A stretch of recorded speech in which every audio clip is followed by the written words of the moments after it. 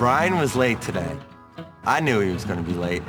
I was betting some of the guys on what time it was, but I lost. He got here later than I thought he would. 9 o'clock, 10 o'clock, 11 o'clock. I knew he wouldn't show up. Everybody else knew he wouldn't show up. Sometimes they have to come up to the house and wake me up. What are you doing, man? What are you doing? Dude, you can't bring a camera in here. Are you kidding? This place is filthy. I even combed my beard a bit. Come on, let's go, y'all. Let's go. Actually, I was in the shower. I was working on it. Another 10, 15, 2 hours, I would have been down here. I definitely made it for lunch. Well, Precious, you were sleeping a little while longer than what we wanted you to. What's Philly running my truck for? Brian's been here. I don't want to steal his glory or any of his thunder. By no means do I want to get on that crane and short him in any way. You ready? Mark is the best boss I've ever worked for. And he's one of the most generous people I've ever known. My arrangement with Brian is that he doesn't have to work any more than he does want to. When he first came down here, I said, we just need somebody part-time and, maybe hand us some tools. I just needed a little bit of help. I don't know if I'm hired to do anything, but I have come to operate things. I'm trying to get 60 hours a week out of him, and he's trying to give me 10. So we're trying to still strike some sort of balance in between there if we can still live with each other. What we need is Brian.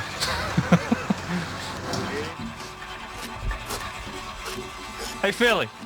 Yeah. Philly, can you run that crane? Yeah. I love Craig. He's really smart, he's really informative, and he's kind.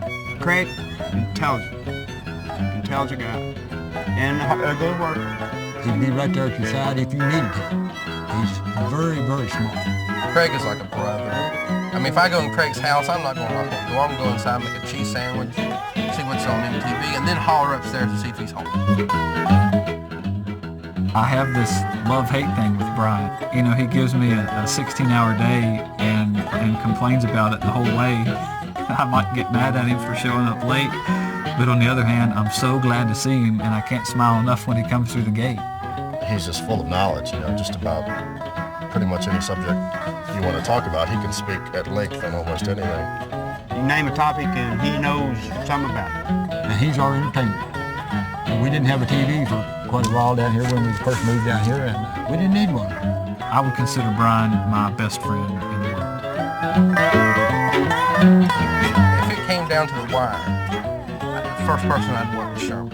He's got more drive, more determination, more courage, especially when it comes to work. Sherman is, pound for pound, the hardest working person I've ever known in my life. I mean, he's kind of a beast of a man when it comes to, just physical labor. He can fix anything with a hammer. If your car breaks down, he'll fix it with a hammer. He's the kind of guy that I want with me, whether I'm taking down a house, whether I'm in a foxhole in Afghanistan, or whether I'm having a birthday party for my son. He is a strange bird. Reminds me of a wild turkey. He's just a one in a million kind of guy. I mean, he's just so talented. He's an accomplished folk artist. Whatever his mind sees, he can just tell his hands to do it. Johnny's one hell of a cook. Yeah, gravy on everything. He's probably my best friend. I mean, he's as close as every brother I got.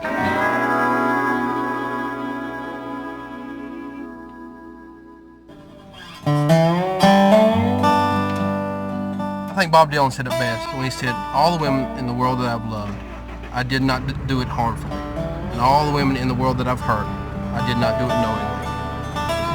And that's my philosophy. Going through life, we will, hurt people. But as long as you don't do it knowingly, as long as you do it accidentally, most of my philosophies come from pop culture, really.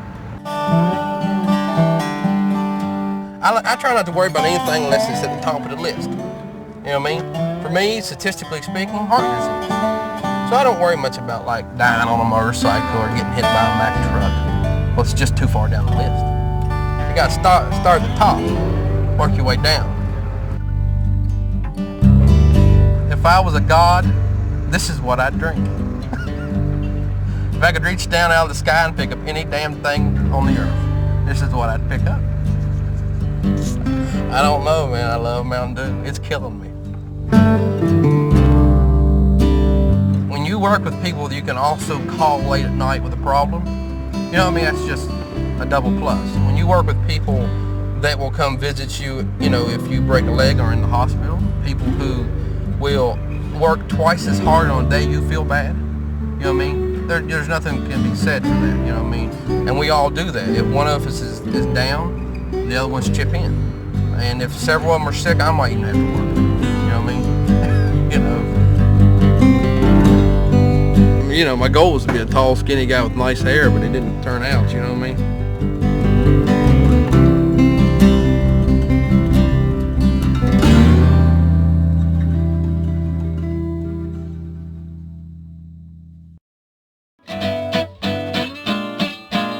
What we're seeing behind me is the final product, and this is where our passion lies.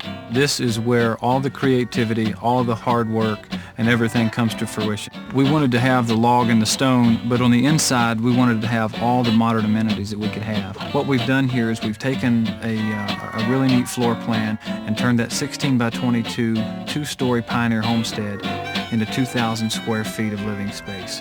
The stone itself has been quarried from here locally in southern West Virginia. It's a hand-cut stone, and each piece has been scribed to fit. It has mortar on the back to hold it, although it gives it more of a dry stack look. We're standing on the porch of the cabin, which is turned out to be one of our favorite parts of the whole building. The soffits are made out of barn wood, so you don't see any new lumber. We tried not to see any cuts. The other thing we really like about this porch is the fact that we used one solid top plate beam. It's one piece, one continuous piece going across, and we did a mortise and tenon joinery there, and that porch is held together with wooden dowels. When we were trying to see how we were going to fit the windows in and how we were going to keep it rustic and in line with the cabin, we went with a real simple barnwood trim here. When we do windows and doors in an old log cabin, one of the tricks is to keep the consistency with the logs and with the frames. So what we've done here is a real simple barnwood frame. We've used some hand-cut nails. On the inside, we have built a fireplace with a really neat arch in it. This was not part of the original house, but what we wanted to do is keep the same consistent stonework outside and bring it in. This is an old tumbled stone look that still has a little bit of a texture, but what we didn't want to do is bring up a really tall hearth and take away from the fact that this is what you would have found in an early American home. We're standing in the center of the cabin, which was originally a two-story cabin. What we tried to do was to raise the first floor height of this cabin. We wanted to have at least an 8.5-foot ceiling down here, which we accomplished. Now what I want to do is show you the kitchen. In maintaining the character of the log cabin, you have to be careful in how you make that transition away from something that is an antique into a more modern, functional kitchen. This is the exterior side of the log cabin that we were just in, and it flows into this room because we have some overhead decorative beams, and then we're keeping with some rustic cabinets, utilizing the same floorboards that are in the log cabin portion. What we feel we're going to accomplish in this particular kitchen is we're going to have a lot of room with some really nice appliances, a really nice oven that'll be built in. There'll be a microwave here. Your typical Pioneer kitchen would not have been nearly this nice. What we've managed to do with this particular house in combining the stone with the barnwood with the cabin is to come up with a custom designed house that's 2,000 square feet of heated living space. We really enjoy the restoration process. We've done well over 200 buildings, and I get just as excited driving up to one now as I did 10 years ago when I first discovered my first log house.